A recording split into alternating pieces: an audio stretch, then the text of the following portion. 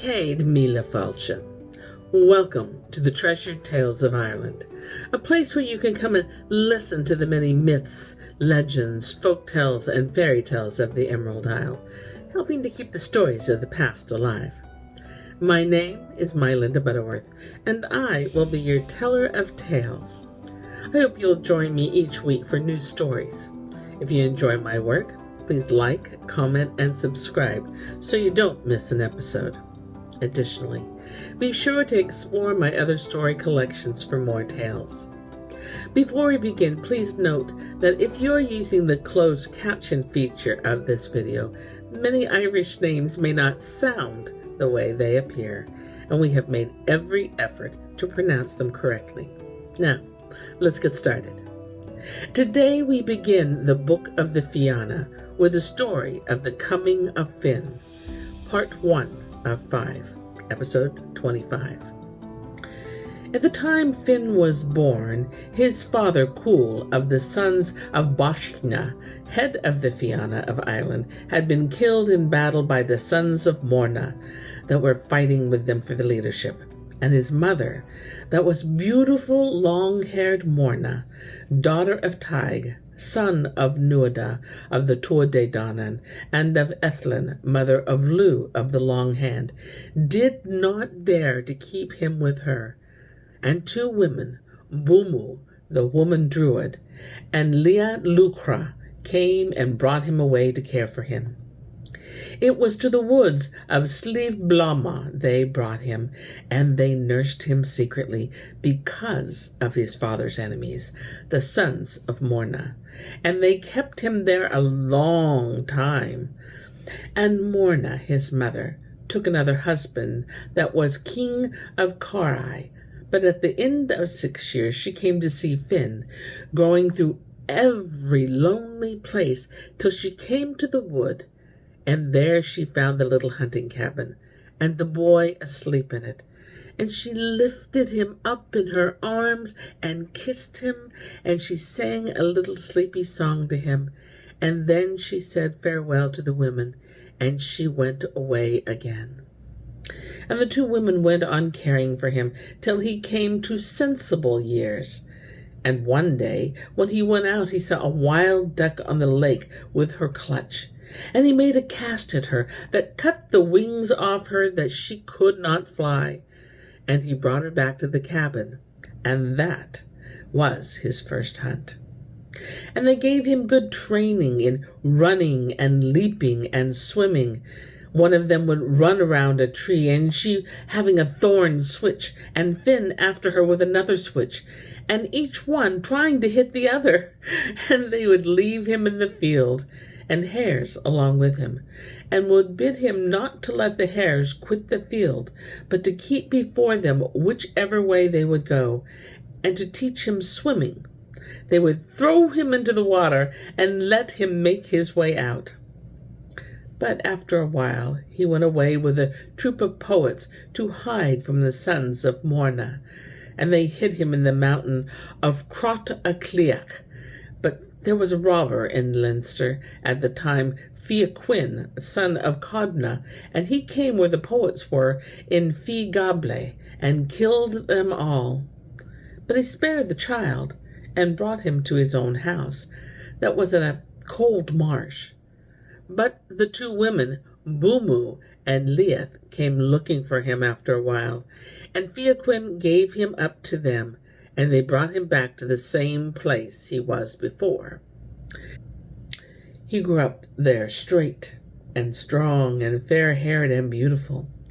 And one day he was out in Slieve Bladhma, and the two women along with him, and they saw before them a herd of the wild deer of the mountain. "It is a pity," said the old woman, "we not to be able to get a deer of those deers."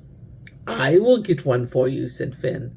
And with that he followed after them and caught 2 stags of them and brought them home to the hunting cabin.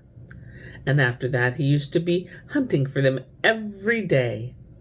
But at last they said to him, "It is best for you to leave us now, for the sons of Morna are watching again to kill you."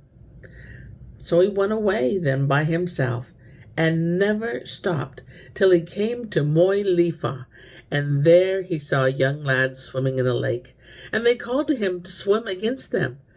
So he went into the lake, and he beat them at swimming.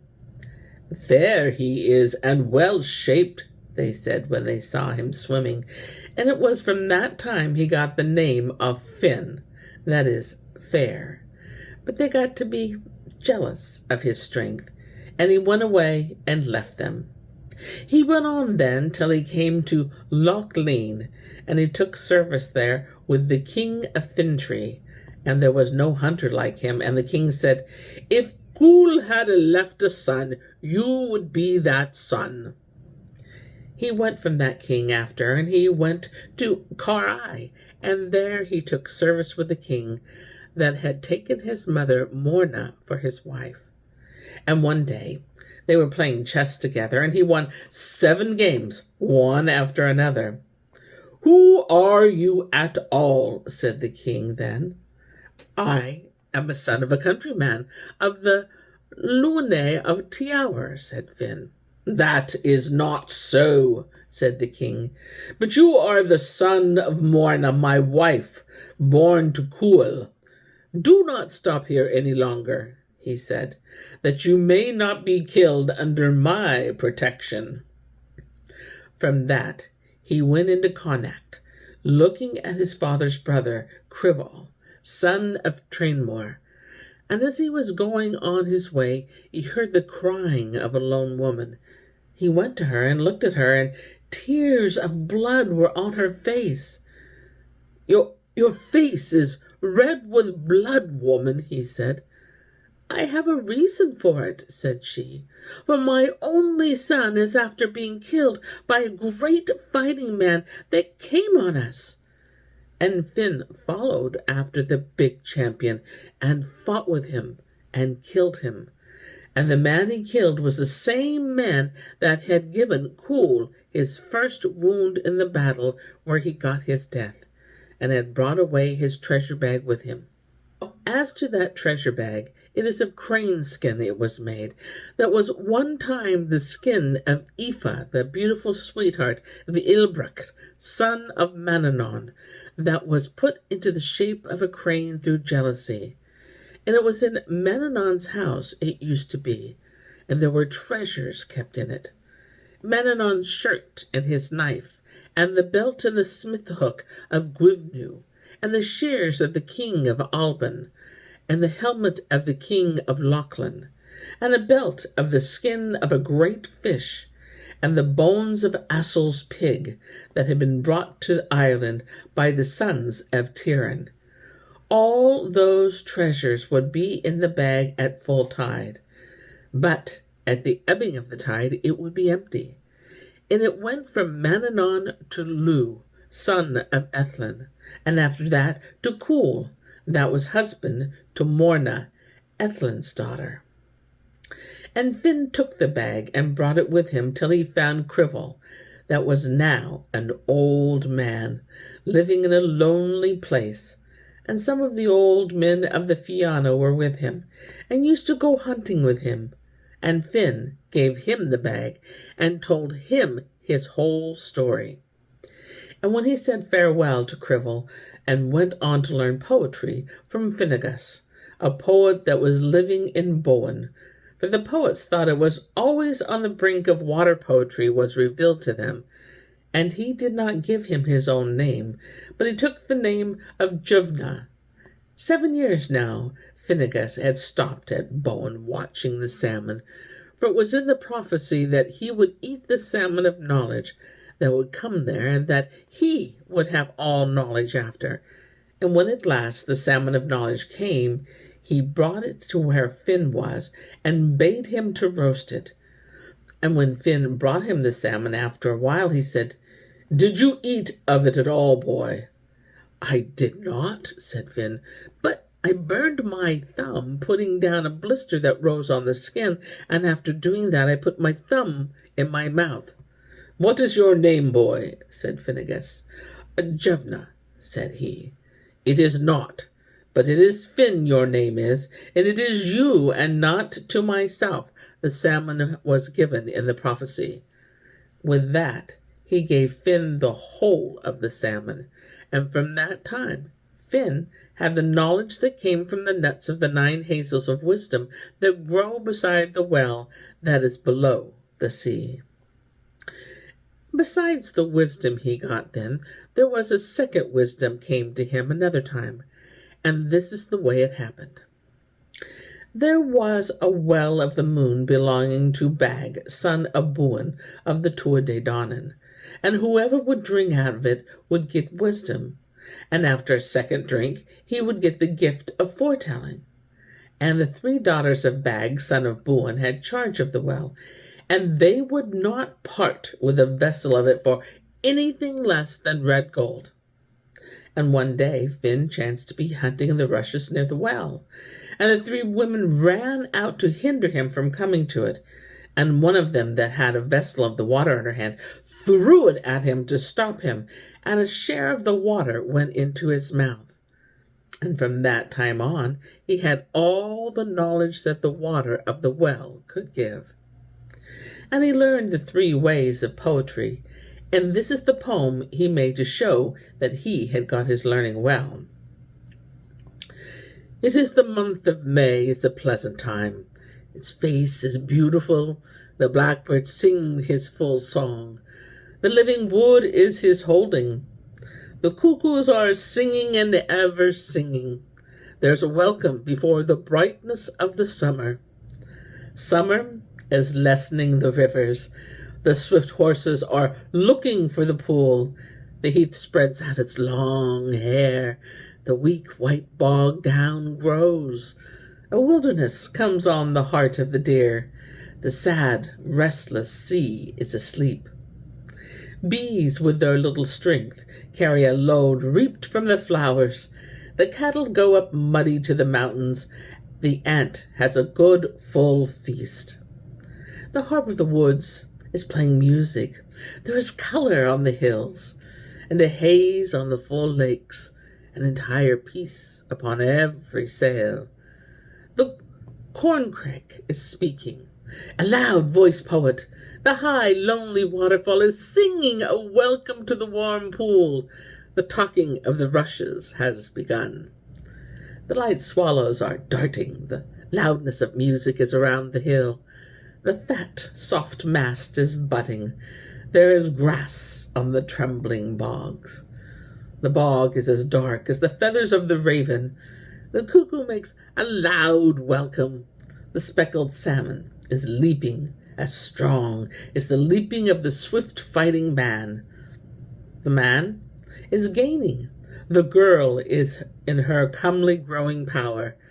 Every wood is without fault, from the top of the ground and every wide good plain. It is pleasant, is the color of the time. Rough winter is gone. Every plentiful wood is white. Summer is a joyful peace. A flock of birds pitches in the meadow. There are sounds in the green fields. There is in them a clear, rushing stream. There's a hot desire on you for the racing of horses.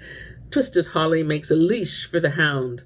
A bright spear has been shot into the earth, and the flag flower is golden under it. A weak-lasting little bird is singing at the top of his voice. The lark is singing clear tidings. May without fault of beautiful colors. I have another story for you. The ox is lowing. The winter is creeping in. The summer is gone. High and cold the wind. Low the sun. Cries are about us. The sea is quarreling. The ferns are reddened, and their shape is hidden. The cry of the wild goose is heard. The cold has caught the wings of the birds. It is the time of ice frost, hard, unhappy. And after that, Finn, being but a young lad yet, made himself ready and went up to Samhain, timed the gathering of the High King of Tiaur. and it was the law at the gathering that no one to raise a quarrel or bring out any grudge against another through the whole of the time it lasted. And the king and his chief men, and Gull, son of Morna, that was now head of the Fianna, and Quiltia, son of Ronan, and Conan, son of Morna of the sharp words, were sitting at a feast in the great house of the middle court, and the young lad came in and took his place among them, and none of them knew who he was. The high king looked at him, and then in the horn of meetings was brought to him, and he put it into the boy's hand and asked him who he was. "I am Finn, son of Cumhal," he said, "son of the man that used to be the head over the Fianna, and the king of Ireland, and I am come now to get your friendship, and to give you my service." "You are a son of a friend, boy," said the king, "and a son of a man I trusted." Then Finn rose up and made his agreement of service and of faithfulness to the king. And the king took him by the hand and put him sitting beside his own son. And they gave themselves to drinking and to pleasure for a while. Every year, now at Samhain time for 9 years, there had come a man of the Tuatha Dé Danann out of the Finnegas in the north, and had burned up Tiaur. Allian, son of Midhana, his name was, and it is the way he used to come, playing music of the Sidhe, and all the people that heard it would fall asleep.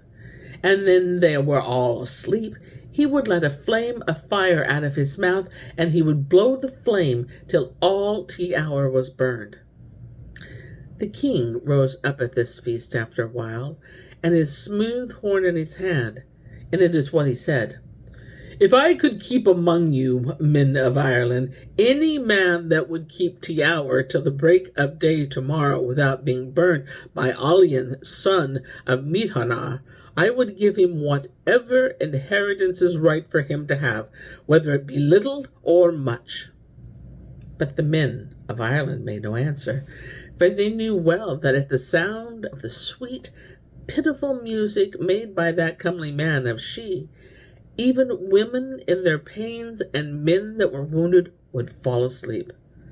It is then Finn rose up and spoke to the king of Ireland. "Who will be your sureties that you will fulfill this?" he said. "The king of the provinces of Ireland," said the king, "and Kirua with his Druids." So they gave their pledges, and Finn took in hand to keep Tiaur safe till the breaking of day on the morrow. Now there was a fighting man among the followers of the king of Ireland, Fianna, son of Conga, that Cumhal, Finn's father, used to have a great liking for. And he said to Finn, "Well, boy," he said, "what reward would you give me if I would bring you a deadly spear that no false cast was ever made with?" "What reward are you asking of me?" said Finn. "Whatever your right hand wins at any time, the third of it be mine," said Fianna, "and a third of your trust and your friendship to be mine." "I will give you that," said Finn. Then Fianna brought him the spear, unknown to the sons of Morna, or to any other person, and he said, "When you will hear the music of the Sidhe, that you strip the covering off the head of the spear, and put it to your forehead, and the power of the spear will not let sleep come upon you." Then Finn rose up before all the men of Ireland, and he made a round of the whole of Tiaur. And it was not long till he heard the sorrowful music, and he stripped the covering from the head of the spear, and he held it to the power of his forehead. And Allian went on playing his little harp, till he had put every one in their sleep, as he was used. And then he let flame of fire out from his mouth to burn Tiaur. And Finn held up his fringed crimson cloak against the flame, and it fell down through the air, and it went into the ground, bringing the four-folded cloak with it deep into the earth. When Allian saw his spells were destroyed, he went back to Finnegas on the top of Slieve Bladhma, but Finn followed after him. And as Allian was going in at the door, He made a cast of the spear that went through his heart, and he struck his head off then and brought it back to Tiaur, and fixed it on a crooked pole, and left it there till the rising of the sun over the heights and inverse of the country. And Ollian's mother came to where his body was lying, and there was great grief on her, and she made this complaint: Acon, Arnold King is fallen chief of the Sidhe of Bain Borchacht. The slow clouds of death are come on him. Ach, he was blessed. Ach, he was kind. Allian, son of Midhana of Slieve Fuad. 9 times he burned the hour. It is a great name he has, always looking for. Acon, ach. And at the breaking of the day, the king and all the men of Ireland came out upon the lawn of Tiaur, where Finn was. King, said Finn, there is the head of the man that burned Tiaur, and the pipe and the harp that made his music. And it is what I think, he said, that Tiaur and all that is in it is saved. Then they all came together into the place of council, and it is what they agreed, the headship of the Fianna of Ireland to be given to Finn. And the king said to Gull, son of Morna, Well, Gull, he said, is it your choice to quit Ireland or to put your hand in Finn's hand? By my word, I will give Finn my hand, said Gull. And when the charms that used to bring good luck had done their work, the chief men of the Fianna rose up and struck their hands in Finn's hand, and Gull, son of Morna, was the first to give him his hand, the way there would be less shame on the rest for doing it. And Finn, he kept the headship of the Fianna until the end. The place he lived in was Olin of Leinster, where the white dune was made by Nuada of the Tuatha Dé Danann.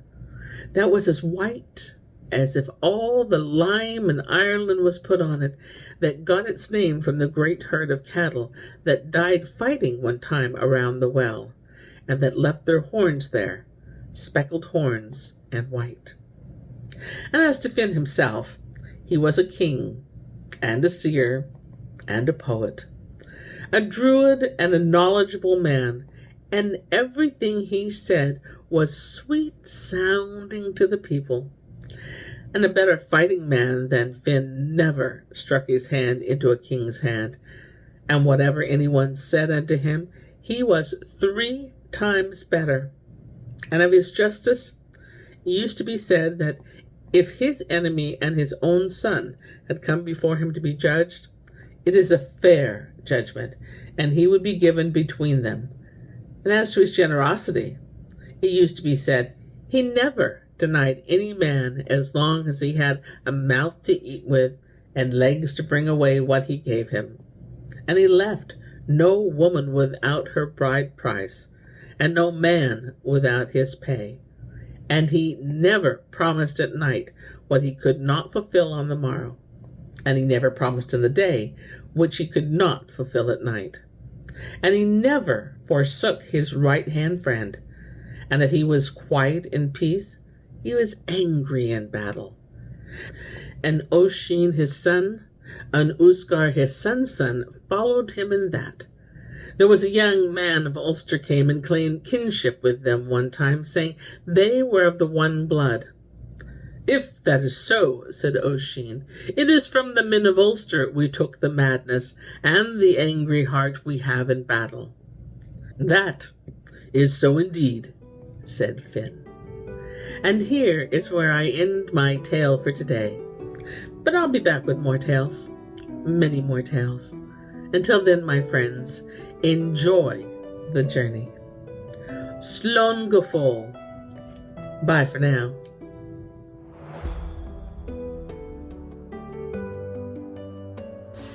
If you enjoyed this story, please give us a thumbs up and comment.